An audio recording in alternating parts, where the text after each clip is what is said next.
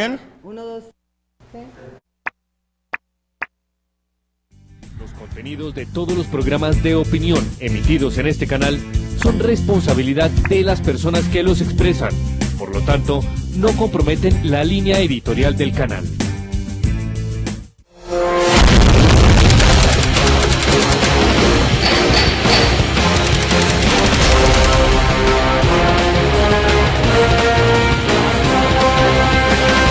Buenas noches, grato contar con su compañía en este horario, martes de 9 a 9:30 de la noche, en Teleamiga Internacional, Televisión de Valores, el gran debate con Adolfo Vega. Tema del día, la reforma a las horas extras, una reforma a la ley, al Código Laboral, porque se habla de revivir las horas extras. No, tenemos horas extras en este momento en la legislación laboral. Vamos a tocar en la reforma. Invitados, bienvenido Mauricio Rubiano. Adolfo, buenas noches. Julio Roberto, buenas noches. Doctor Tulio, Leonor, buenas noches. Muchas gracias por la invitación. ¿A qué entidad pertenece usted, Mauricio? Representante de la FNB, Federación Holandesa de Sindicatos, que tiene un programa de cooperación aquí en Colombia. Muy bien. Un saludo a la doctora Leonor Sierra. Buenas noches, Adolfo. Un saludo para ti, para Julio, Tulio y Mauricio. Encantada de estar acá. ¿Representa qué sector sindical? Yo represento un sindicato mundial que se llama UNI Global Union, que agrupa 14 sectores de diversos sindicatos como el comercio, la banca, gráficos, limpieza, seguridad privada, entre otros. Gracias por venir. Mi saludo al doctor Tulio Zuluaga, presidente de Asopartes. Mil gracias y buenas noches a todos, y gracias a estos tigres que me acompañan, dado el tema que nos tocan, pero de verdad, muy agradable estar con ustedes. Qué grato saludar al líder sindical más importante que tiene este país, el doctor Julio Roberto Gómez. Muchas gracias, Adolfo. Un saludo muy especial para todos los televidentes. Un saludo para Leonor, para Mauricio, para Tulio, un amigo de mucho tiempo en las luchas por la defensa de la industria nacional. ¿Asistió usted en el día de hoy a la posesión de Lucho Garzón como nuevo ministro de Trabajo? ¿Usted acompaña a Lucho Garzón en ese ministerio? Yo creo que un gran acierto del presidente de la República es haber seleccionado a Lucho Garzón como ministro del Trabajo, un amigo de hace más de 30 años. Lo acompañé cuando fue candidato a la alcaldía y durante su gestión como alcalde hemos tenido mucho compromiso en torno a todo lo que tiene que ver con lo social, de tal manera que tiene grandes retos, grandes desafíos. Ahora la reversión de la ley 789, procesos de formalización laboral, en fin, una agenda bien importante la que tiene Lucho Garzón y sabemos que va a ser un formidable Ministerio del Trabajo. ¿Lucho Garzón representa al sindicalismo colombiano en ese ministerio? La CGT se siente bien representada por Lucho. Nos parece a nosotros que un hombre que es extracción obrera es muchísimo mejor que el más connotado de los neoliberales. Yo prefiero a Lucho que a un neoliberal. Dije lo mismo cuando Angelino Garzón también fue ministro del Trabajo y afortunadamente tenía razón, de tal manera que esperemos que pueda hacer una excelente gestión y la CGT lo apoya de manera tal que ojalá pueda hacer esa gestión que todos estamos esperando. Julio Roberto Gómez, líder sindical y nuevo copresidente de la ASI. Sí, estamos en unas conversaciones con los compañeros de la ASI, precisamente para ver si logramos catapultar a este partido como la gran opción para los sectores más vulnerables en la República de Colombia. Muy bien, vamos al tema. Reforma a las horas extras. ¿Qué significa eso para el trabajador colombiano? Bueno, de antemano yo tengo que decir que también debo saludar el nombramiento de Luis Eduardo Garzón. Saben ustedes que yo trabajé con Luis Eduardo Garzón desde que tenía los 17 años, cuando él inició todo el trabajo alrededor de la juventud en la Central Unitaria de Trabajadores, y posteriormente yo lo acompañé en su campaña cuando entró a la alcaldía. Luego creo que me sumo a las palabras de Julio Roberto en términos de que fue una acertada decisión porque conoce el movimiento sindical y porque además tiene capacidad de concertación, y creo que eso va a ser muy importante. El tema de las horas extras, ¿cómo los entendemos nosotros? Información nos llegan de diferente orden. Nos llegan informaciones desde las federaciones sindicales internacionales, desde los sindicatos de base. Hemos leído lo que comenta el ministerio al respecto y obviamente algunas opiniones de los empresarios. Hemos leído con preocupación la opinión que tiene el presidente de la SAC en torno a la inconveniencia que tendría recuperar, digamos, las horas extras. Sí, pero ¿cuál es la posición de Mauricio Rubiano? La posición es que fundamentalmente es un reto que tiene el Ministerio, y es un reto porque fundamentalmente deben ajustarse al menos las formas de compensación de esas horas nocturnas, que es la otra forma de leer lo que significó esa reversión de la ley 789 en su momento. ¿Es bueno para el país? Es necesario para el país. Doctora Leonor. Igualmente, para nosotros en Unisindicato Global saludamos el nombramiento del doctor Luis Eduardo Garzón. Creemos que Luis Eduardo es una persona que tiene muchísimo conocimiento en el ámbito sindical y capacidad de diálogo y de concertación, que es lo que espera el movimiento sindical. Con relación a las horas extras, es una necesidad urgente de hacer esta reforma para volverle a dar a los trabajadores y las trabajadoras esa pérdida del poder adquisitivo que tuvieron desde el 2002, cuando perdieron gran parte de sus ingresos. A su parte no está con... A ver, nosotros nos ha preocupado siempre es que haya una equidad para todos, equidad para empresarios y equidad para trabajadores. Equidad que hay que buscarla desde un principio, desde el famoso salario mínimo. De ahí empieza, hay que buscar la equidad, que es un tema que no se ha logrado comprender bien. Yo creo que hay ahí serias dificultades que hay que estudiar bien de fondo. El problema hoy día es que a los empresarios se les quitaron algunos parafiscales, ¿sí? Pero se le incrementó un impuesto que es el famoso CRE, que realmente es muy superior a los parafiscales. Entonces está una situación un poquito complicada. Es decir, por un lado, volver a tener unas horas extras, digámoslo así, que empiezan a las 6 de la tarde, cuando hoy están empezando a las 10 de la noche, que es el horario comparativo, y con un tema de impuestos que se le está cargando muchísimo a los empresarios. Eso es lo que hay que buscar, dónde está el equilibrio. Nos preocupa. No es que estemos a favor o en contra en este momento, queremos buscar un equilibrio que sea justo para los trabajadores y justo para los empresarios. Me parece muy diplomática su afirmación. ¿Usted no está de acuerdo con la reforma? ¿Por qué no lo dice en forma clara? No, es que esté de acuerdo no. Hay que buscar el principio de equidad desde el principio, ahí está el problema. No, hacer una reforma es relativamente fácil, el problema son las consecuencias. Entonces, tenemos encima a los empresarios el problema del CRE, que hay que pagar más impuestos que lo que se pagaba con los parafiscales. Y entonces nos preocupa el tema de las horas extras. Los empresarios no están de acuerdo, doctor Julio Roberto, excúseme. Yo quiero recordarle a los distinguidos televidentes que en el año 2002, cuando se discutió la ley 789, lo que hubo fue una variación en el horario diurno, que antes era de 6 a 6, ahora es de 6 a 10 de la noche. Que la forma de liquidar dominicales y festivos varió, que la forma de pagar las horas extras igualmente sufrió una modificación, porque la hora extra entre las 6 de la tarde y las 10 de la noche, o de ahí en adelante, se paga con el 75% antes de la ley 789, hoy solamente con el 35%. Pero además la jornada ordinaria se pagaba con el 35% del recargo nocturno y ahora definitivamente no se está pagando. De tal manera que yo sí creo que esta es una reforma altamente conveniente.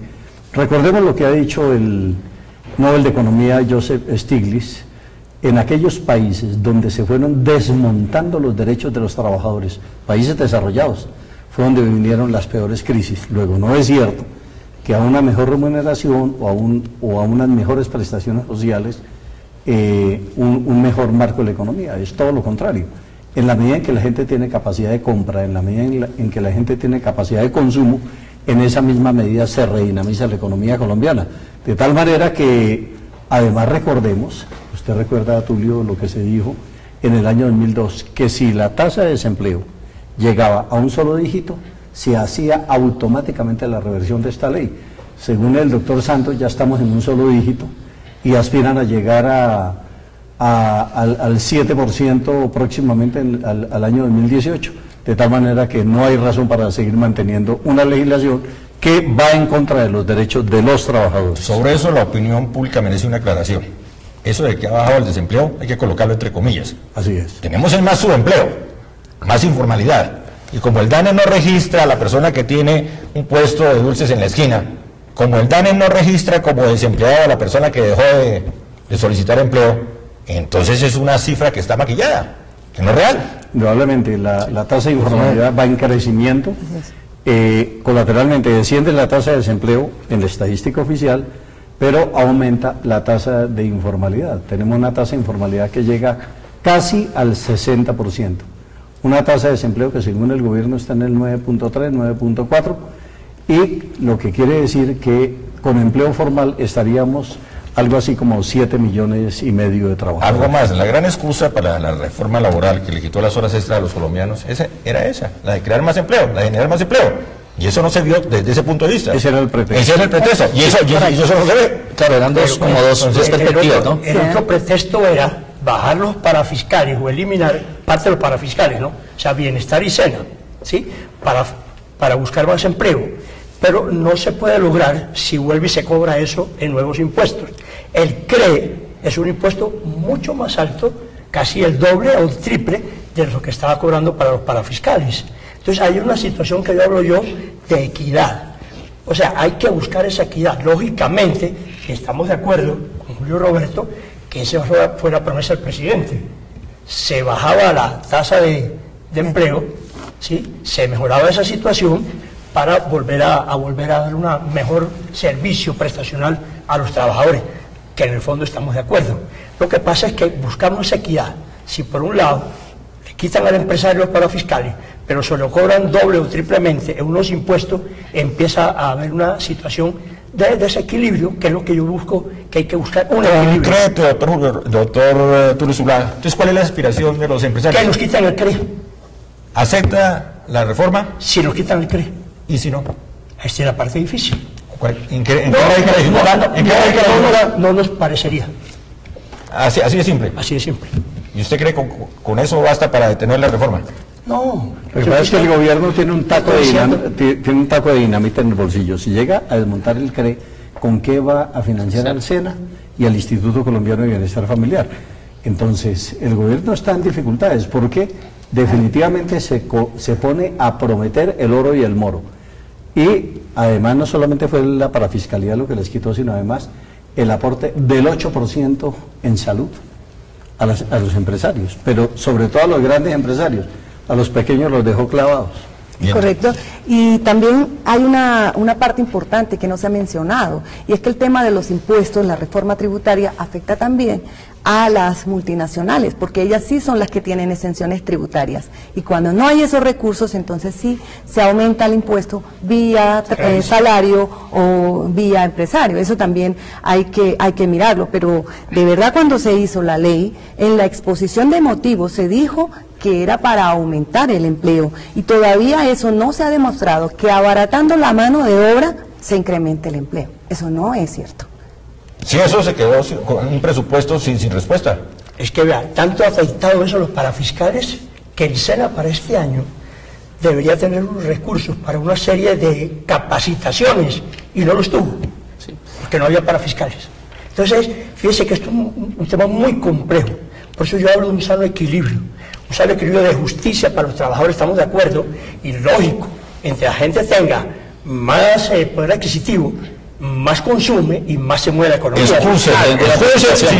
Una preocupación, y es que hace 2 meses precisamente se archivó un proyecto de ley similar, y estaban 2 en curso, y precisamente dijeron, la excusa fue que no había el ambiente precisamente para dar la discusión.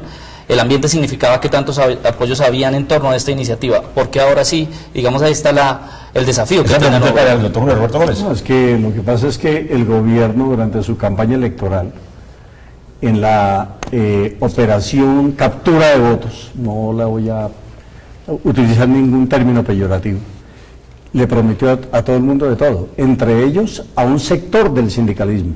Digo que a un sector porque no estaba metida ni toda la CUT, ni toda la CTC, ni toda la CGT en esa campaña. Y les prometió que un proyecto saldría en ese sentido, pero ya había uno en el Congreso de la República que estaba listo para ser aprobado. Entonces, ¿qué fue lo que dijeron? No, es que tiene un origen en la oposición, entonces mejor ahora lo llevamos a la Comisión de Concertación. Amanecerá y veremos. Yo quiero decir, en la Comisión de Concertación va a ser muy difícil que haya un acuerdo, y luego de ahí al Congreso de la República, yo creo que finaliza el año 2014 y va a ser muy difícil que tengamos una ley que le devuelva eso que se le quitó a los trabajadores. Uy, muy grave lo que se está diciendo. Usted que conoce el ambiente político y el ambiente sindical y el ambiente económico, muy grave lo que está diciendo. Sí, eso se aparta de lo que tenemos en este momento como noticia en los medios. Eso se aparta, esa es noticia. Sí, claro, porque es que definitivamente a qué horas la Comisión de Concertación, ni siquiera han citado la Comisión de Concertación. Bueno, ahora llega el ministro Luis Eduardo Garzón, esperamos que convoque la Comisión de Concertación. Deben de llevar el proyecto a la Comisión de Concertación. ¿Cuántas sesiones se van a realizar? ¿2, 3, 4 sesiones? Ya viene encima la discusión de salario mínimo legal, y entonces yo veo bastante diluido esa situación.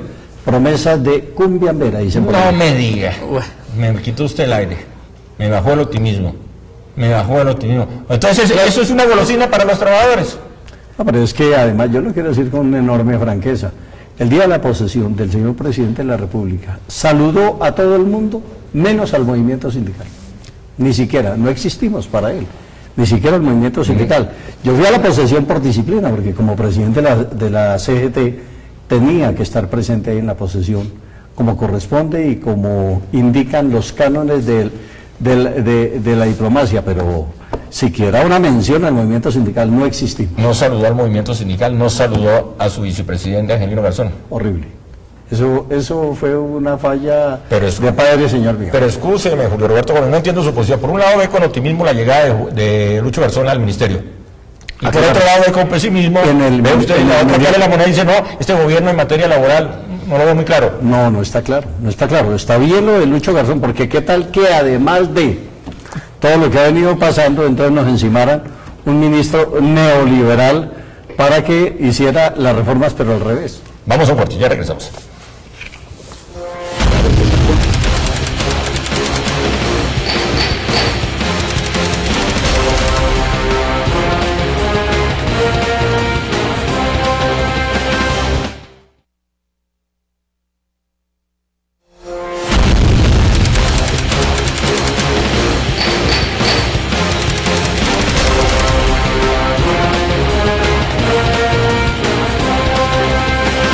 Continuamos, tema, la reforma a las horas extras. Entonces, ¿qué le espera a la clase trabajadora de este gobierno, Julio Roberto Gómez? Yo creo que es muy poquito lo que se puede esperar.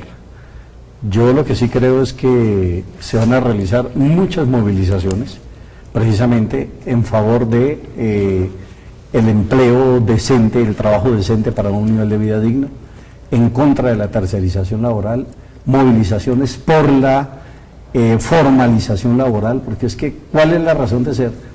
Para que una empresa, si necesita 100 trabajadores para labores que son misionales de carácter permanente, los tenga a través de terceros, ¿no? Contratémoslos directamente. Yo lo digo porque dicen por ahí que uno no puede ser luz de afuera y sombra de adentro.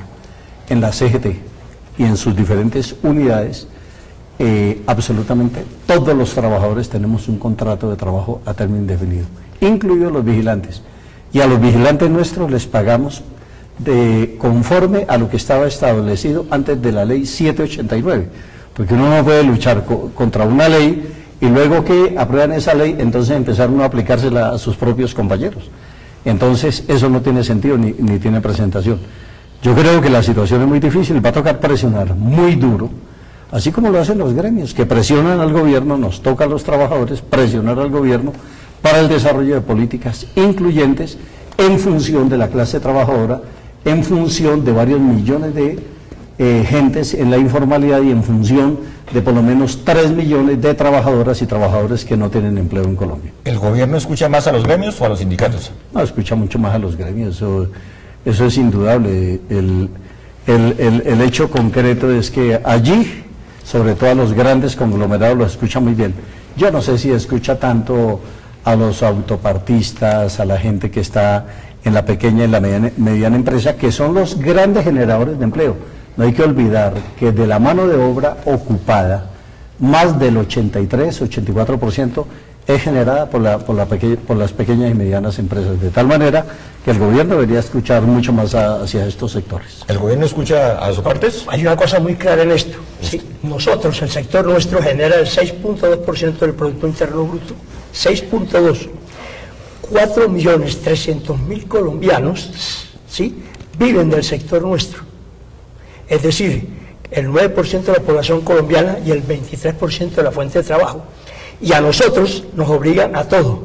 O sea, todos nuestros empleados tienen que tener los seguros, pagar los impuestos, absolutamente todo.